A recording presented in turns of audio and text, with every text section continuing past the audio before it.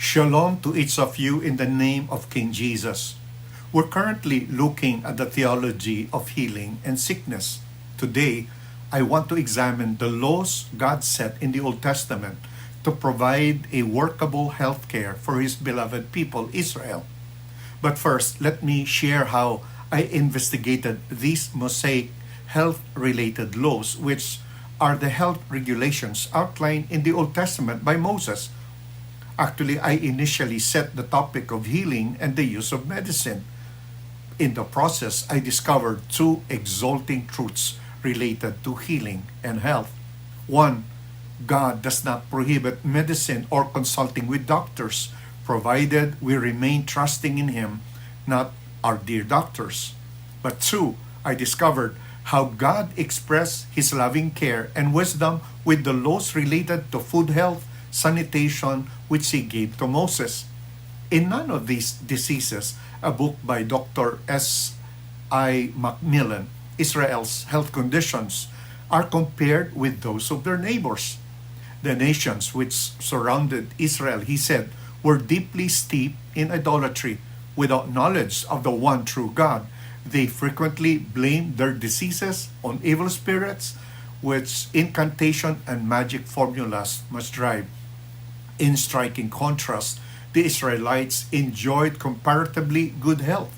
Exodus chapter 15 verse 26 records God's promise that if they listened to His commandments, none of these diseases that afflicted the Egyptians would come upon them.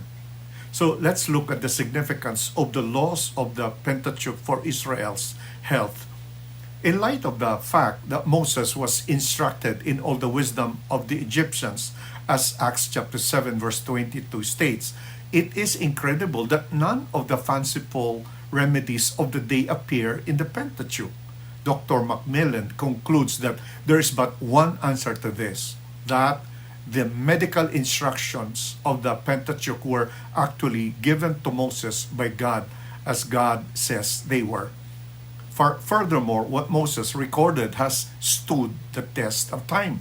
Indeed, the mechanism by which the Jewish race has been preserved throughout the centuries is doubtless found in the sanitary measures observed by the Jews in Europe during the frightful scourges such as the Black Death that visited Israel's neighbors in ancient and medieval times. This survival took place despite the crowded ghettos of large towns which were full of tuberculosis.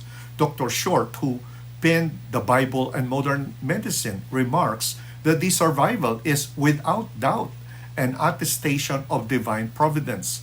In contrast, from a secular point of view, it was rendered possible by the healthy habits of living based upon the medical instructions of the Pentateuch. So let's look at some of these laws. First, sanitary disposal of excrement.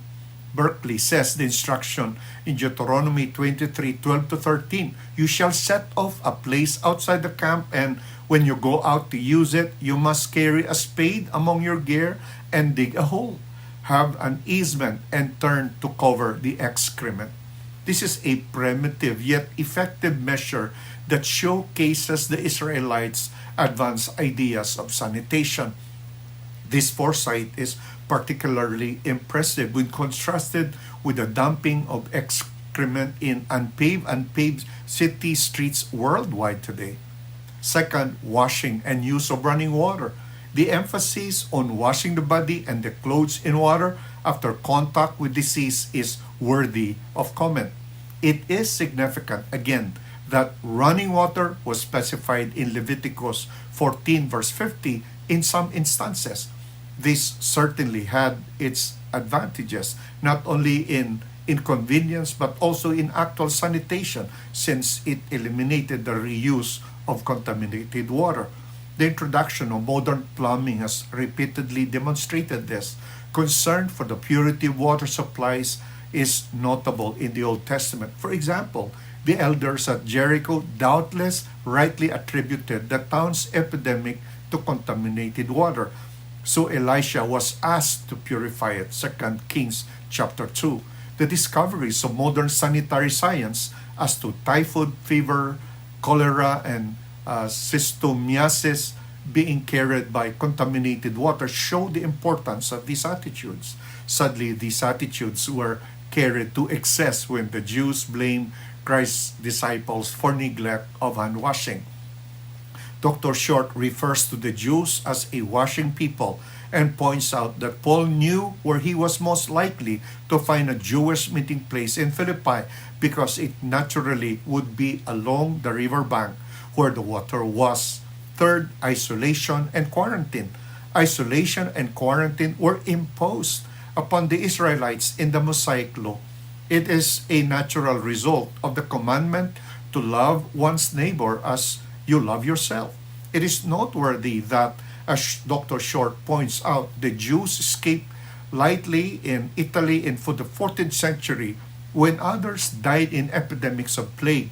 It was rightly concluded that this might be due to their loss of uncleanness after touching dead bodies. On this basis, the Jewish code was made compulsory for the whole community, and 40 days of quarantine were imposed. That's Leviticus chapter 12, 1 to 4, which had beneficial results. Today, with modern laboratory technology, it is possible to differentiate diseases more accurately and hence determine more precisely the needed period and strictness of isolation for the various diseases. For the day in which the regulations of the Pentateuch were given, the blanket rules for preventing the spread of diseases serve really well. Number 4, dietary regulations.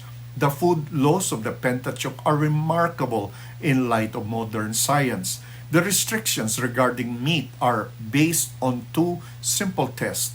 Animals suitable for human consumption must both part the hoof and chew the cud. The law means that the pig and the rabbit are categorized are unsuitable for eating. Modern parasitology has demonstrated that these animals are primarily liable to infections with parasites and are safe only if they are well cooked. The pig is an unclean feeder and often harbor two kinds of parasites, the trichina and the pork tapeworm, which are frequent causes of disease in humans. New technologies in food preparation and preservation today have dramatically helped reduce their incidence. In the absence of suitable culinary apparatus, including readily available fuel for cooking, which certainly was not the case in ancient Israel, the complete avoidance of using these animals for food was beneficial in preventing the spread of disease. Number 4, dealing with bodily discharges. The method in the Pentateuch of dealing with infectious discharges has long aroused the admiration of experts in sanitation. Although not all bodily discharges, issues out of the flesh, as in Leviticus 15:2, are infectious, there are many that are. Bacteria tests are required to determine which tests were needed and unavailable on the time of Moses. Therefore, the disposal of discharges assumed that all were infectious without a ready means to distinguish infectious from non-infectious discharges. With this in view, the discharges were dealt with most scientifically, a testament to the Israelites' early understanding of infectious diseases. Number 5, cleansing after touching the dead. The regulations of the Pentateuch regarding touching dead bodies in connection with their burial specified a period of uncleanness of 7 days duration. During this time, the person involved must be isolated from others and perform certain acts, including bathing and washing his body or her body. On completion of these acts and at the period's expiration, the unclean person was considered cleansed so that he could return to the community. Numbers chapter 19. Such precautions ought to have been deemed essential to dealing with a body that had died with smallpox, plague, or other contagious diseases so rampant in those days. Who would forget the deadly Ebola virus, the SARS, and the recent COVID pandemic? Modern health provisions, including Isolation regulations have reduced the incidence of these diseases worldwide. They are still a menace in some parts of the world. However, they can be controlled only through constant vigilance and strict enforcement of health regulations. Application of the same rules in death from all causes was warranted in Moses' day, since at that time methods of distinguishing between contagious diseases and other causes of death were not established on a scientific basis. Number 6, sexual morality. The strict laws of the Pentateuch concerning sexual morality should not be glossed over these days, when there is so much loose talking and thinking regarding promiscuous sexual relations. If strictly observed, these laws, particularly the seventh commandment, would end the spread of venereal diseases. Not only does sexual promiscuity have dire psychological consequences, but the resulting high incidence of venereal disease is a steep price to pay. The complete cure for syphilis and gonorrhea, even with the newest and best of antibiotics, is rarely, if ever, sure. Often the initial symptoms respond promptly to treatment, convincing the individual that he is cured. In contrast, the disease may readily crop up 20 years or so later in a rapidly fatal heart condition or a severe mental disturbance. According to Dr. Kessel, who wrote The Man with the Miraculous Hands, this advanced syphilis of the brain afflicted Hitler with its typical irresponsible, delusional, grandiose notions and plunged the world into frightful, bloody carnage. God knew what he was commanding when he gave the seventh commandment, and this law has not been repealed. Finally, circumcision and its timing. Modern medical data demonstrate that where male circumcision is practiced, the incidence of cancer of the male procreative organ is significantly reduced.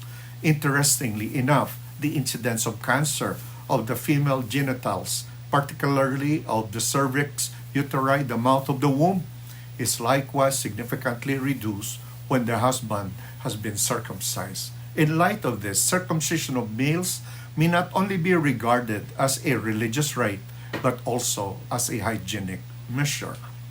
Significance of the laws of the Pentateuch to health practices today. So next time you see a doctor, nurse, or patient wearing a mask or washing their hands, remember that the idea came from God. God truly is Yahweh Rapha, who wants to see his creation enjoy good health and especially live with him forever. For good health, he provided laws to protect diseases from spreading. Of course, to receive eternal health, he sent his one and only Son as the cure so that those appointed to eternal life might be saved. This is all for today. Please join our team in the conversation. God bless you.